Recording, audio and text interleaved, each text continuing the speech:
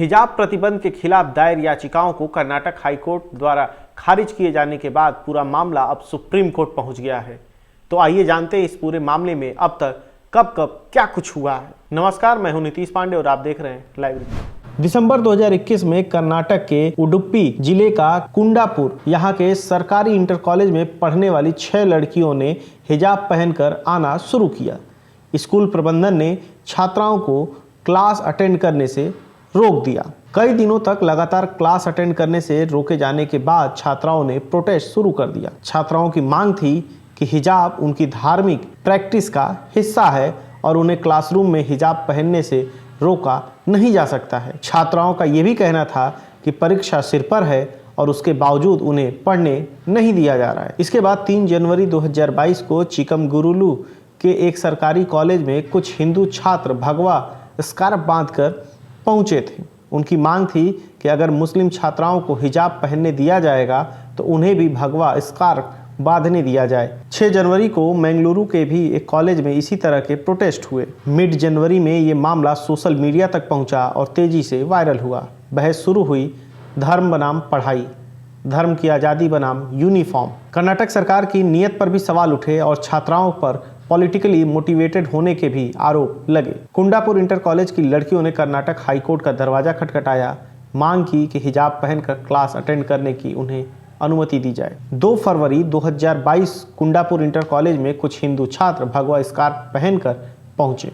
इसके बाद inter college ने धार्मिक कपड़े पहनकर आने वाले छात्रों के लिए गेट बंद कर दिया। छात्राओं के वीडियो वायरल हुए जिनमें वो क्लास अटेंड करने देने की गुहार लगाती दिखी थी। कर्नाटक के दूसरे जिलों से भी कुछ इसी तरीके की तस्वीरें सामने आई। 5 फरवरी को कर्नाटक सरकार ने सभी सरकारी संस्थानों के लिए एक सर्कुलर जारी कर कहा कि जब तक ड्रेस कोड को लेकर सरकार की कमेटी कोई फैसला नहीं लेती तब तक हिजाब को लेकर यथास्थिति बनाए रखें। इस आदेश में कर्नाटक सरकार ने इस बात पर जोर दिया कि क्लासरूम में हिजाब पर बैन लगाना छात्राओं के धर्म की आज़ादी के खिलाफ नहीं है। 8 और 9 फरवरी 2022 को हिजाब के समर्थन और विरोध में जारी प्रदर्शन कर्नाटक के दूसरे जिलों में भी फैल गया।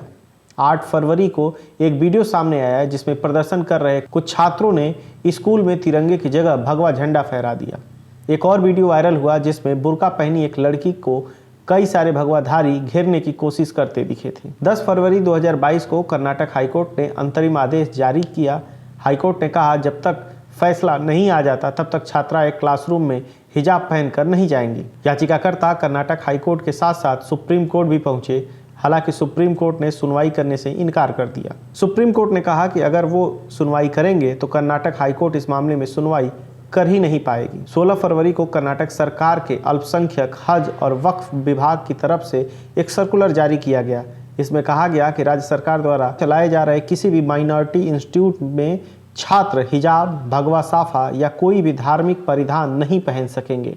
इसके मुताबिक छात्र इन परिधानों में स्कूल परिसर में आ सकते हैं लेकिन उन्हें क्लास अटेंड करने की अनुमति नहीं दी जाएगी। हिजाब मामले में कर्नाटक हाईकोर्ट में चीफ जस्टिस की अध्यक्षता वाली 3 जजों की बेंच ने मामले की सुनवाई शुरू की। 11 दिन की सुनवाई के बाद 25 फरवरी को बेंच ने अपना फैसला सुरक्षित रखा। 15 मार्च को हाईकोर्ट ने अपना फैसला सुनाया। कोर्ट ने हिजाब को इस्लाम का अभिन्न हिस्सा नहीं माना और कहा कि छात्राएं यूनिफॉर्म पहनने से इनकार नहीं कर सकती।